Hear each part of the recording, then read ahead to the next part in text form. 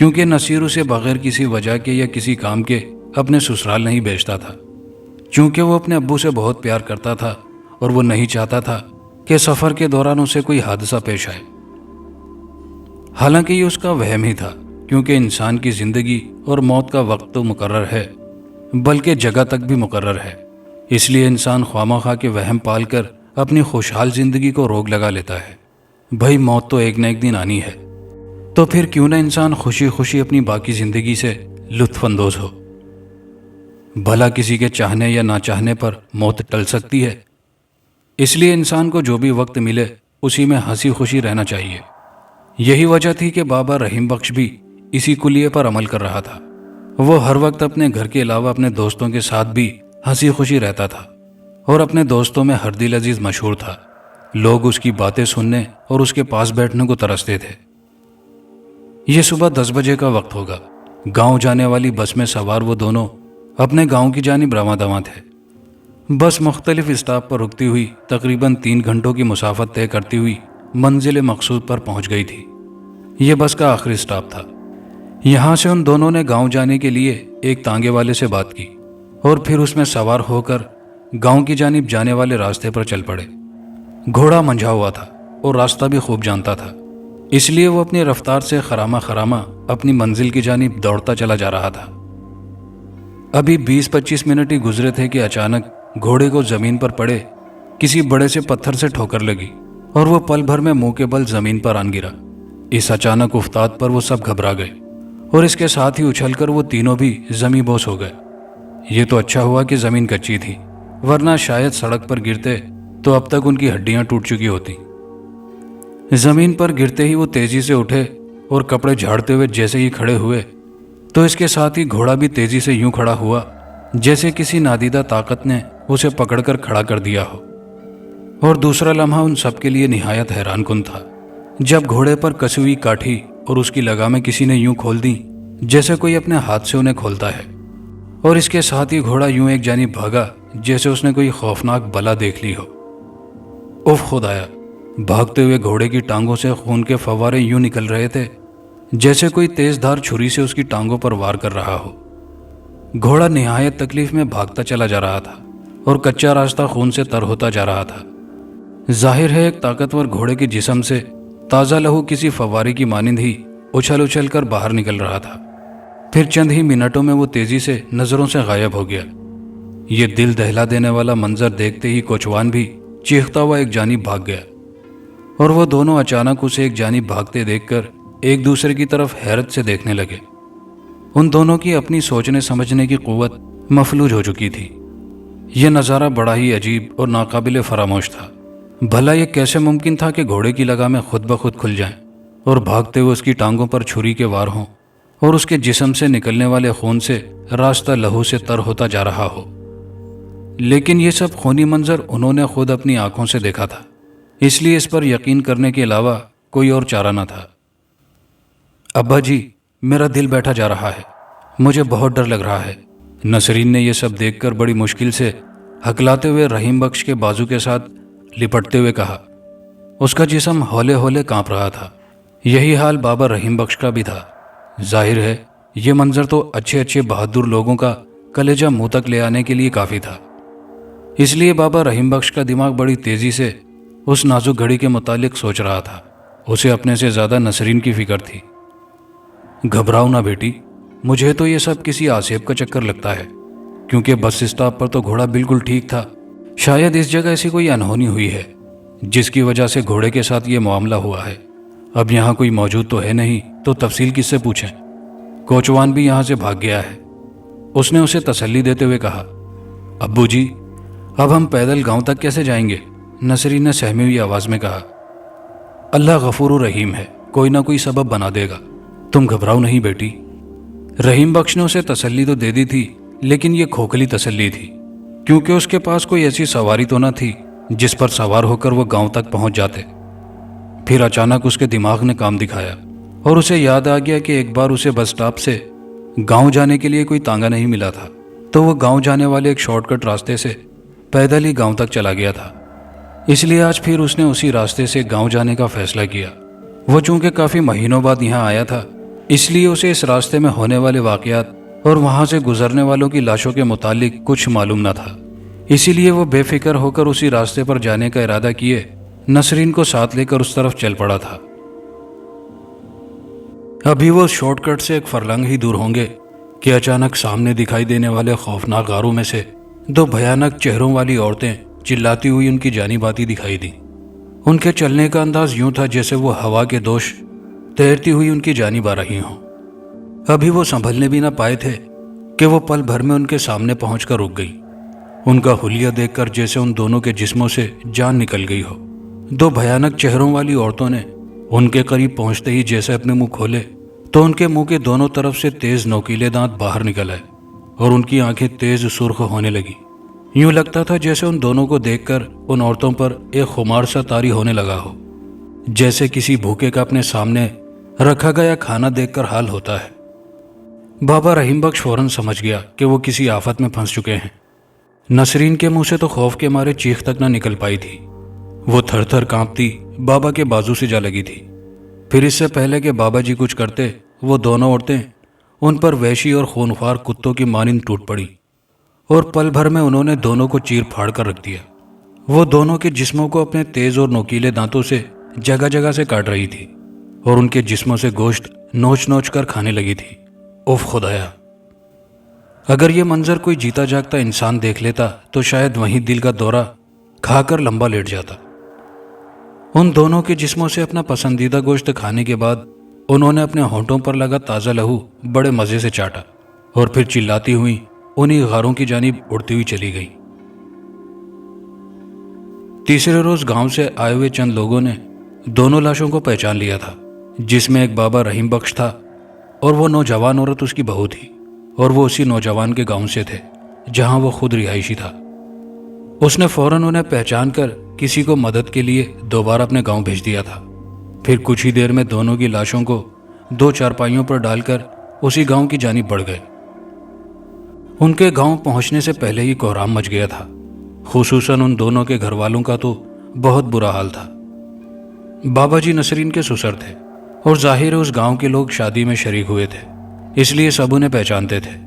فوری طور پر دو لوگ شہر بھیج کر نصیر کو اطلاع دی گئی، جو بغیر وقت ضائع کیے روتا دھوتا اپنے گھر والوں کے ساتھ اس گاؤں پہنچ گیا تھا۔ لاشوں کو شہر لے جانے کی بجائے گاؤں کے قبرستان میں ہی دفنانے کا فیصلہ کیا گیا، کیونکہ زیادہ وقت گزرنے کی وجہ سے لاشیں گلنے سڑنے لگی تھی اور ان میں سے تافن اٹھنے لگا تھا کہ ان کے جسموں میں اب کیڑے تک چلتے دکھائی دینے لگے تھے۔ اس لیے نمبردار کے کہنے پر فوری طور پر انہیں غسل دے کر قبرستان لے جا کر دفنا دیا گیا۔ کچھ عرصہ حالات اسی طرح چلتے رہے، پھر سے نہ جانے کیوں اسی طرح لاشیں ملنے کا سلسلہ شروع ہو گیا۔ بہت سے بھولے بھٹکے مسافر ان خوفناک حالات کا شکار ہونے لگے۔ پھر گاؤں کے نمبردار کے کہنے پر لوگوں نے دن میں بھی ان ویران غاروں کی جانب جانا چھوڑ دیا تھا۔ اب یہ ان لوگوں کی بدقسمتی ہی ہوتی تھی کہ وہ بھول کر یا جان بوجھ کر اس شارٹ کٹ راستے کا انتخاب کرنے کے چکر میں موت کو گلے لگا بیٹھتے تھے۔ یہ رات کا وقت تھا۔ ایک بڑی سی غار میں ملگجا سا اندھیرا پھیلا ہوا تھا اور اس میں اس قدر تعفن پھیلا ہوا تھا کہ کوئی جاندار اس وقت وہاں موجود ہوتا تو شاید اس بدبو کی وجہ سے بے ہوش ہو جاتا۔ لیکن اس کے باوجود وہاں دو عورتیں جو دکھنے میں چڑیلے لگ رہی تھی بیٹھی ہوئی تھی۔ ان کے پاؤں کے نزدیک انسانوں کی کھوپڑیاں بکھری ہوئی تھیں اور مختلف جگہوں پر انسانی جسم کی ہڈیاں پڑی ہوئی تھیں۔ یوں لگتا تھا جیسے وہ انسانی ہڈیوں اور کھوپڑیوں کی دکان سجائے بیٹھی ہوں۔ اب تو لوگوں نے اس طرف سے گزرنا ہی چھوڑ دیا تھا۔ اگر یہی حال رہا تو ہمیں اپنے شکار کے لیے انسانی آبادیوں میں جانا ہوگا، ایک عورت نے دوسری کو مخاطب کرتے ہوئے کہا۔ بالکل ٹھیک کہا تم نے، یہ ڈرپوک انسان تو ہم سے بھی دو ہاتھ آگے نکلے، ہم ان سے ڈرتے ہیں اور یہ ہم سے ڈرتے ہیں، دوسری نے ہنستے ہوئے جواب دیا۔ حالانکہ یہ مسلمان ہیں اور اچھی طرح جانتے ہیں کہ ان کے پاس ایک ایسی طاقت ہے جس سے ہم بہت ڈرتے ہیں، اور اس طاقت کا نام آیت الکرسی ہے۔ لیکن اس کے باوجود ان لوگوں کا ایمان اس قدر کمزور ہے کہ یہ اکیلے میں ایک ہلکا سا کھٹکا سن کر ہی بھاگ کھڑے ہوتے ہیں۔ پہلی عورت نے بھی قہقہا لگاتے ہوئے جواب دیا۔ ویسے کچھ دن پہلے جو شکار ہمارے ہاتھ لگے تھے ان میں سے جو بوڑھا تھا اس کا خون پینے میں مزہ نہیں آیا، بالکل بد ذائقہ اور ٹھنڈا خون تھا۔ ہاں البتہ اس نوجوان لڑکی کا خون بہت گرم تھا، یوں لگا جیسے میں کوئی گرم گرم اور مزیدار سیال اپنے حلق میں اونڈیل رہی ہوں۔ دوسری عورت نے یوں منہ چلاتے ہوئے کہا جیسے وہ تصور میں اس نوجوان لڑکی کا خون پی رہی ہو۔ ٹھیک کہا تم نے، اور گوشت بھی اسی لڑکی کا مزیدار تھا۔ باقی اس بوڑھے کے گوشت نے تو میرے منہ کا ذائقہ ہی خراب کر دیا۔ اب اگر مجھے جلدی کوئی نوجوان شکار نہ ملا تو شاید میں بھوک سے مر ہی جاؤں گی، پہلے نے منہ بناتے ہوئے کہا۔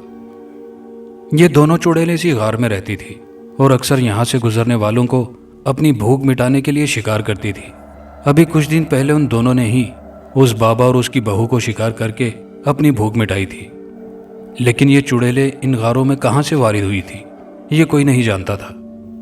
لیکن ان دونوں نے ان غاروں میں آنے کے بعد آس پاس کے مکینوں کے ناک میں دم کر رکھا تھا، اور پہلے تو انہیں بڑی آسانی سے اپنا شکار یہاں سے گزرتے ہوئے مل جاتا تھا۔ لیکن پھر لوگ محتاط ہو گئے اور انہوں نے رات تو ایک طرف دن کی روشنی میں بھی اس طرف سے گزرنا چھوڑ دیا تھا، اور اسی وجہ سے اب انہیں کئی روز اپنے شکار کی تلاش میں بھٹکنا پڑتا تھا۔ وہ گاؤں کی طرف اس لیے نہیں جاتی تھیں کیونکہ اب وہاں کے رہائشی محتاط ہو گئے تھے اور ہر وقت اسلحہ اپنے ساتھ رکھتے تھے۔ اسی لیے ان دونوں نے وہیں رک کر اپنے شکار کا انتظار کرنے کو غنیمت جانا تھا، اور پھر ہفتہ بھر کی خواری کے بعد انہیں ایک آدھ شکار ہاتھ لگ ہی جاتا تھا، جس کے خون اور گوشت سے وہ اپنی پیاس اور بھوک مٹا کر ہفتہ بھر کے لیے پھر تازہ دم ہو جاتی تھی۔ گاؤں کے نمبردار نے چوپال میں یہ اعلان کر دیا کہ بجائے اس کے کہ ہم لوگ ان چڑیلوں کے خوف سے گھروں میں دب کے بیٹھے رہیں، کیوں نہ ہمیں خود ان غاروں میں جا کر انہیں تلاش کر کے ختم کر دینا چاہیے، ورنہ یہ خوف تو ہماری آئندہ آنے والی نسلوں میں بھی منتقل ہو جائے گا، اور ایسا نہ ہو کہ یہ گاؤں ہی ختم ہو جائے۔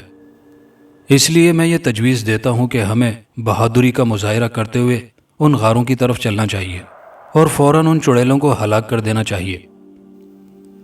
گاؤں کے مکین تو خود اس خوف سے تنگ آ چکے تھے۔ ان چڑیلوں کی وجہ سے تو ان کے بہت سے کام رک چکے تھے، زمینیں الگ برباد ہو رہی تھی۔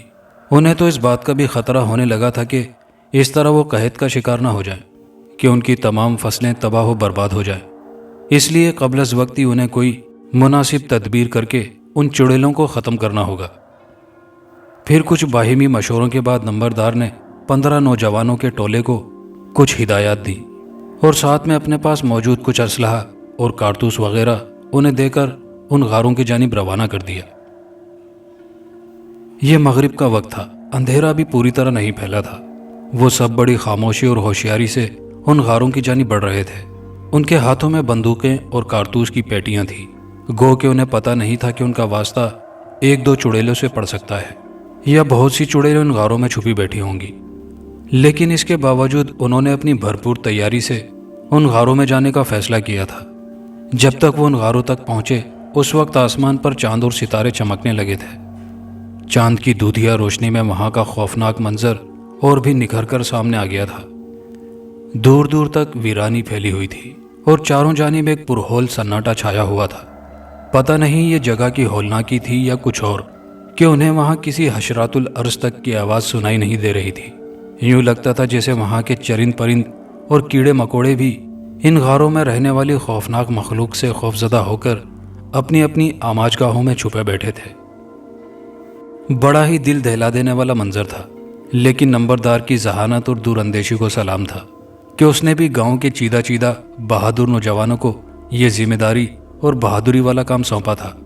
گو کہ چاروں طرف خطرہ منڈلا رہا تھا، لیکن اس کے باوجود وہ سب بالکل بھی گھبرائے ہوئے نہیں تھے۔ لیکن چونکہ وہ بھی انسان تھے اور اس علاقے میں کافی لاشیں بھی مل چکی تھی، اس لیے کچھ نہ کچھ خوف تو انہیں بھی محسوس ہو رہا تھا۔ لیکن ان سب کو اس بات کی تسلی تھی کہ ان سب کے پاس ہتھیار موجود تھے جو کسی بھی ناگہانی آفت کے وقت کام آ سکتے تھے۔ کیا خیال ہے، ہمیں یہیں رک کر ان چڑیلوں کے باہر نکلنے کا انتظار کرنا چاہیے یا پھر غاروں میں انہیں تلاش کرنا مناسب رہے گا؟ ایک نوجوان نے سرگوشی کرتے ہوئے اپنے ارد گرد کھڑے دیگر نوجوانوں کی جانب دیکھتے ہوئے پوچھا۔ بہتر تو یہی رہے گا کہ ہم خود ہی ان کی تلاش میں ان غاروں کے اندر چلتے ہیں۔ اب پتہ نہیں ہمیں کب تک ان کے باہر نکلنے کا انتظار کرنا پڑے۔ ساتھ کھڑے ایک نوجوان نے پرجوش لہجے میں جواب دیتے ہوئے کہا۔ وہ دکھنے میں بہت بہادر لگ رہا تھا، جس نے فوراً ان چڑیلوں کی آماج گاہ میں گھسنے کا مشورہ دے دیا تھا۔ ٹھیک ہے، پھر چلو اندر، باقی ہوشیار رہنا، وہ بہت خطرناک چڑیلے ہیں۔ اور ہم جتنے افراد یہاں آئے ہیں اتنے ہی واپس جانا چاہیں گے، اس لیے ہر قدم پھونک پھونک کر اٹھانا ہوگا۔ ایک نوجوان نے انہیں محتاط رہنے کا کہا، شاید وہ ان کا لیڈر تھا۔ اور پھر وہ سب ایک قطار کی صورت ان غاروں کی طرف بڑھنے لگے جن کے متعلق انہیں معلوم تھا کہ ان چڑیلوں کو انہی غاروں کے اندر سے نکلتے اور جاتے دیکھا گیا تھا۔ یہ بات ان لوگوں نے بتائی تھی جنہوں نے خود انہیں اپنی آنکھوں سے دیکھا تھا، اور خوش قسمتی سے وہ بچ نکلے تھے۔ سامنے ایک بڑے سے غار کے دہانے کے نزدیک پہنچ کر وہ کچھ دیر وہیں رک کر اندر سے کوئی آواز سننے کی کوشش کرنے لگے، لیکن اندر بھیانک خاموشی تھی۔ یوں لگتا تھا جیسے اندر کوئی بھی ذی روح موجود نہ ہو۔ چند منٹ مزید وہیں رکنے کے بعد وہ سب آہستہ آہستہ قدموں سے اندر کی جانب بڑھنے لگے۔ ابھی وہ مکمل طور پر غار کے اندر داخل نہیں ہو پائے تھے کہ اچانک انہیں غار کے اندر سے کسی کے چیخنے کی آواز سنائی دی۔ اف میرے خدایا! وہ آواز تھی کہ ایٹم بم۔ اس سناٹے میں ایک صدیوں پرانے غار کے اندر چھائی بھیانک خاموشی میں ایسی خوفناک چیخوں نے سب کے ہوش اڑا دیے تھے۔ ان سب کے بڑھتے ہوئے قدم یکدم رک گئے، اور اس سے پہلے کہ وہ سب واپس غار سے نکلنے کے لیے دوڑتے، اچانک سامنے سے دو خوفناک چہروں والی چڑیلیں چیختی ہوئی ان کی جانب لپکیں۔ ان کے دوڑنے کا انداز اتنا اچانک تھا کہ وہ سب سنبھل نہ پائے، اور تیزی سے پلٹتے ہوئے ایک دوسرے کے ساتھ ٹکرا کر زمین پر گرتے چلے گئے، اور اس دوران وہ دونوں چڑیلیں ان کے سروں پر پہنچ چکی تھیں۔ اس اچانک افتاد پر وہ سب بری طرح گھبرا گئے تھے، اور اسی گھبراہٹ میں تیزی سے واپس بھاگنے کے لیے پلٹے، لیکن تعداد زیادہ ہونے کی وجہ سے اور اکٹھے کھڑے ہونے کی وجہ سے وہ سب ایک دوسرے کے ساتھ ٹکرا کر نیچے جا گرے۔ لیکن ان میں سے دو تین نوجوان نیچے گرتے ہی فوراً خود کو سنبھال چکے تھے، اس لیے انہوں نے جلدی سے کھڑے ہوتے ہی ہاتھوں سے گرنے والی بندوقیں جو کھڑے ہوتے وقت اپنے ہاتھوں میں تھام چکے تھے، ان کا رخ تیزی سے لپکتی چڑیلوں کی جانب کر کے ٹریگر دبا دیے۔ بندوق میں موجود کارتوس کے چھرے ایک بوچھاڑ کی صورت میں ان چڑیلوں کی جانب بڑھے اور پل بھر میں ان کے جسموں میں گھستے چلے گئے۔ چڑیلوں کو شاید اس بات کی توقع نہ تھی کہ نیچے گرے ہوئے افراد میں سے وہ نوجوان انہیں یوں نشانہ بنا سکتے ہیں، اس لیے وہ تیزی سے بھاگتی ہوئی جیسے ہی ان لوگوں کے قریب پہنچی تو اسی دوران وہ بندوقوں کے کارتوسوں سے نکلنے والے چھروں کی زد میں آ کر بری طرح زخمی ہو کر نیچے زمین پر جا گری۔ لیکن ان کے نیچے گرتے ہی ان پر مزید کارتوسوں کی بوچھاڑ کر دی گئی، اور کچھ ہی دیر میں وہاں ان دونوں چڑیلوں کی لاشیں پڑی تھی۔ ان بہادر نوجوانوں نے اپنی ہمت سے ان چڑیلوں کو ختم کر کے اپنے گاؤں والوں سمیت آس پاس کے دیگر گاؤں والوں کے سر سے بھی مصیبت ٹال دی تھی۔ رات کا اندھیرا کافی پھیل چکا تھا۔ انہوں نے ان دونوں کے ہلاک ہوتے ہی غار کے اندر کا جائزہ لینا شروع کر دیا۔ چونکہ وہ اپنے ساتھ 2-3 ٹارچیں بھی لائے تھے، اس لیے انہیں غار کے اندر چیکنگ کے دوران کوئی پریشانی نہیں اٹھانی پڑی۔ غار اندر سے بالکل خالی تھی، کہیں کہیں انسانی کھوپڑیاں اور انسانی ہڈیاں بکھری پڑی دکھائی دے رہی تھیں، جنہیں دیکھ کر وہ سب خوف سے جھرجھری لے کر رہ گئے۔ ظاہر ہے اگر وہ ہمت سے ان کا مقابلہ نہ کرتے تو اب تک ان سب کی بھی ہڈیاں انہی ہڈیوں میں شامل ہو چکی ہوتی۔ صبح کا سپیدہ نمودار ہوتے ہی انہوں نے 2 نوجوانوں کو گاؤں کی جانب بھیجا تاکہ وہ نمبردار سمیت گاؤں کے دیگر لوگوں کو بھی وہاں بلا لائیں، اور پھر کچھ ہی دیر میں وہاں لوگوں کا ایک ہجوم لگ گیا۔ ہر کوئی ان چڑیلوں کی لاشوں کو دیکھ کر خوفزدہ ہو رہا تھا، اور ساتھ ساتھ وہ سب لوگ ان نوجوانوں کا شکریہ بھی ادا کر رہے تھے جنہوں نے اپنی بہادری سے ان چڑیلوں کو ہلاک کر کے ان سب پر احسان عظیم کیا تھا۔ گاؤں کے نمبردار نے ان سب نوجوانوں کے اعزاز میں ایک شاندار دعوت کا اہتمام کیا تھا، اور پھر سب گاؤں والوں کے سامنے انہیں کچھ نقد انعامات بھی دیے۔ وہ واقعی ان نوجوانوں کی بہادری سے متاثر ہوا تھا جنہوں نے ہمیشہ کے لیے انہیں خونخوار چڑیلوں سے نجات دلا دی تھی۔ خاص ایپیسوڈ کی دوسری کہانی۔ بتایا گیا تھا یہ پراسرار واقعہ بالکل سچا ہے، مگر اس کی صداقت پر اس وقت تک یقین نہ آیا جب تک میں عمران سے خود نہ ملا۔ وہ ملتان کے ایک ہوٹل میں میرے برابر والے کمرے میں ٹھہرا ہوا تھا۔ میں پورے وثوق سے کہہ سکتا ہوں کہ اس نے غلط بیانی سے کام لیا ہے، یا شاید وہ پاگل تھا، کیونکہ یہ دنیا جھوٹوں اور دھوکے بازوں سے بھری پڑی ہے۔ اس لیے لوگوں کے لیے یہ باور کرنا مشکل ہو جاتا ہے کہ کیا درست ہے اور کیا غلط۔ عمران بڑا غیر معمولی انسان تھا۔ اس کی عادتیں بڑی انوکھی اور عجیب و غریب تھیں۔ اس دراز قد انسان کے ساتھ صرف 5 منٹ بیٹھنے کے بعد عجیب کیفیت طاری ہو جاتی تھی۔ مثلاً باتیں کرتے کرتے کسی جملے کے درمیان آ کر یکدم خاموش ہو جاتا اور پھر بڑے رازدارانہ انداز میں سرگوشی کر کے چپ رہنے کی تلقین کرتا۔ گردن اونچی کر کے ایک طرف دیکھنے لگ جاتا جیسے اسے کوئی بلا رہا ہو۔ معمولی آواز بھی اسے چوکنا کر دیتی تھی۔ کبھی عمران ڈراموں میں کام کرنے لگتا، کبھی کسی دکان میں سیلز مین کی حیثیت سے ڈیوٹی انجام دیتا، کبھی وہ سرکس میں مسخرے کا کردار ادا کرتا۔ بس یہی اس کے کمانے کے ڈھنگ تھے۔ اس کے اندر سب سے بڑی خوبی یہ تھی کہ وہ اس طرح آوازیں پیدا کر سکتا تھا کہ سامنے کھڑا ہوا شخص حیران رہ جاتا کہ یہ آوازیں کہاں سے آ رہی ہیں۔ اس کام میں یوں تو اور لوگ بھی ماہر ہو سکتے ہیں، اور اس قسم کے ہر شخص کے پاس ایک پتلا ہوتا ہے جو عموماً بڑا بدصورت ہوتا ہے اور اس سے ڈر لگتا ہے۔ عمران کے پاس بھی ایک پتلا تھا جو زیادہ بدصورت نہیں تھا۔ یوں معلوم ہوتا تھا کہ اسے عمران نے خود اپنے ہاتھوں سے بنایا ہے۔ اس کی نیلی آنکھیں بالکل زندہ نظر آتی تھی کیونکہ وہ پراسرار پتلا پلکیں بھی جھپک سکتا تھا۔ اس کے سرخ ہونٹ لکڑی کے بنے ہوئے تھے۔ عمران اپنے پتلے کو ہمیشہ اپنے ساتھ رکھتا تھا، یہاں تک کہ سوتے وقت بھی خود سے جدا نہ کرتا۔ اگر آپ اس پراسرار پتلے کو عمران کے آگے آگے سیڑھیاں چڑھتا دیکھ لیں تو یقیناً ڈر جائیں گے، اور اگر رات کا وقت ہو اور ہلکی ہلکی روشنی جل رہی ہو تو آپ دھوکہ کھا جائیں گے کہ سطر سطر دل و دماغ پر لرزہ طاری کرتی ہوئی دہشت ناک اور خوف سے بھرپور اس کہانی کے اندر نمایاں کردار ادا کرنے والا پتلا اپنے مالک کی رہنمائی کر رہا ہے۔ حالانکہ عمران اسے کاندھے پر سے پکڑ کے آگے لے جاتا تھا۔ ملتان بہت مصروف شہر ہے۔ ایک عمارت میں رہنے والے دو مختلف خاندانوں کا آپس میں ٹیلی فونک رابطہ بھی نہیں ہوتا۔ بالائی منزل پر رہنے والے بالکل نہیں جانتے کہ ان کے نیچے کون رہتا ہے۔ کسی کو کسی کی ہرگز پرواہ نہیں ہوتی تھی۔ عمران میرا ہمسایہ تھا۔ میں چند دن تک اس سے ملتا رہا، لیکن اس کے دل و دماغ کو مبہوت کر دینے والی حرکات نے مجھے اس سے دور کر دیا تھا۔ تاہم رات کے وقت وہ اپنا ناقابل یقین کام شروع کر دیتا اور اپنے ہیبت طاری کر دینے والے پتلے کے ساتھ تجربات میں مصروف عمل ہو جاتا، اور اس کے کمرے سے نکلنے والی لرزہ براندام کر دینے والی آوازوں کو سن کر کوئی شخص یہ اندازہ لگائے بغیر نہیں رہ سکتا تھا کہ دو آدمی آپس میں لڑ رہے ہیں۔ رات کے سناٹے میں عمران کے تجربات صرف میرے لیے باعث اذیت تھے، کیونکہ میں اس کا پڑوسی تھا اور ہوٹل کے تمام کمرے اس طرح بنائے گئے تھے کہ اندر کی آواز باہر اور باہر کی آواز اندر نہیں آ سکتی تھی۔ ایک رات جب ورطۂ حیرت میں ڈالتی اس ناقابل یقین کہانی میں عمران اور اس کے خوفناک پتلے کی باتوں کا سلسلہ 3 گھنٹے کی اذیتناک کیفیت میں گزر گیا تھا تو میں بہت پریشان ہوا تھا۔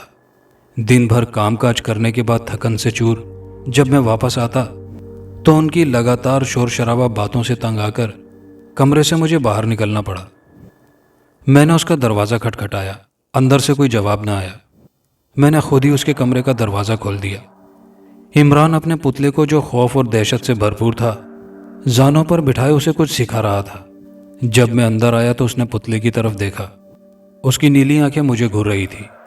میں اندر سے دہل کر رہ گیا کیونکہ اس کو میری ایک دم دخل اندازی ناگوار گزری تھی۔ میں بھی مضبوط اعصاب کا مالک تھا۔ ایک تو انہوں نے میری نیند خراب کر دی تھی، اور پھر اس پرخطر رات کے ماحول میں گھبرانے والا نہیں تھا۔ وہ میرا پڑوسی تھا، اس کو میرے آرام کا خیال رکھنا چاہیے تھا۔ میں نے کہا، عمران تم میرے پڑوسی ضرور ہو، لیکن تم دونوں کا مہیب شور مجھے سونے نہیں دیتا۔ آخر تمہارا نہ ختم ہونے والا یہ ڈراؤنا سلسلہ کب تک چلے گا؟ میں اس اذیت سے جلد چھٹکارا چاہتا ہوں۔ عمران نے میری بات کا جواب دینے کی بجائے اپنا رخ پتلے کی طرف کیا۔ میری بات کو اہمیت نہ دیتے ہوئے وہ اس سے بولا، کیوں بھائی، اب ہمیں سو جانا چاہیے؟ ہمارا ہمسایہ بہت پریشان ہے، ہمیں اس کا خیال رکھنا چاہیے۔ اس کا حق بنتا ہے ہمارے کام میں مداخلت کرنے کا۔ ہاں، مجھے بستر پر لٹا دیں۔ ہمسائے کا حق ہے کہ ہم اس کو آرام پہنچائیں اور زیادہ تنگ بالکل نہ کریں۔ کام کاج کر کے واپس آنے والا انسان واقعی بہت تھکا ہارا ہوتا ہے۔ خوفناک پتلے کے ہونٹ ہلنے لگے۔ میں اس کی بات سن کر حیرت کے سمندر میں ڈوب گیا۔ وہ بڑے کام کی باتیں کر رہا تھا۔ اس دوران عمران کی مسکراہٹ بہت پراسرار تھی، جیسے وہ مجھے باور کرا رہا ہو کہ میری دن رات کی محنت ضائع نہیں جا رہی۔ میرا پتلا باتوں کو سیکھ اور سمجھ رہا ہے۔ اپنا سبق فرفر یاد کر رہا ہے۔ عمران پتلے کی باتیں سن کر اٹھا اور اس کو ایک چارپائی پر لٹا کر اوپر کمبل ڈال دیا۔ پھر اس نے ایک بٹن دبایا تو اس کی آنکھیں بند ہو گئیں۔ پھر وہ میری طرف آیا۔ میں نے پتلے کی طرف اشارہ کرتے ہوئے عمران سے پوچھا، یہ کیا پراسرار مخلوق ہے؟ کتنی سمجھداری کے ساتھ یہ باتیں کرتا ہے، الفاظ بھی ٹھیک بولتا ہے۔ ہاں تم نے صحیح کہا، میری محنت رائے گا نہیں جا رہی۔ میں اس کا استاد ہوں، پتلے کو میں سبق پڑھاتا رہتا ہوں۔ میں سرگوشی کے عالم میں تم سے اس لیے باتیں کر رہا ہوں کہ کہیں وہ پتلا جاگ نہ جائے۔ میں اس کی نیند خراب نہیں کرنا چاہتا تھا، اس کو بھی آرام کی سخت ضرورت ہے۔ عمران نے انگلی کے اشارے سے مجھے خاموش رہنے کے لیے کہا۔ لمحات نازک انداز میں گزر رہے تھے۔ اس نے چائے پینے کے بارے میں پوچھا تو میں نے بتا دیا کہ وہ چائے ضرور بنائے، اس کا حلق خشک ہو چکا ہے، چائے کی طلب بھی شدت سے ہو رہی ہے۔ عمران کی حرکات و سکنات بھی پتلے کی طرح انوکھی طرز کی تھیں۔ وہ پنجوں کے بل چلتا ہوا میرے پیچھے پیچھے میرے ساتھ کمرے میں آ گیا۔ شاید عمران کا اس طرح چلنے کا انداز بتا رہا تھا کہ وہ پتلے کا کتنا خیال رکھتا ہے۔ میں چائے کے لیے پانی گرم کر رہا تھا اور اس کی حرکات کو بھی نوٹ کرتا جا رہا تھا، کیونکہ وہ بار بار دروازے کی طرف کان لگا کر کچھ سننے کی کوشش کرتا تھا۔ چائے تیار ہوئی۔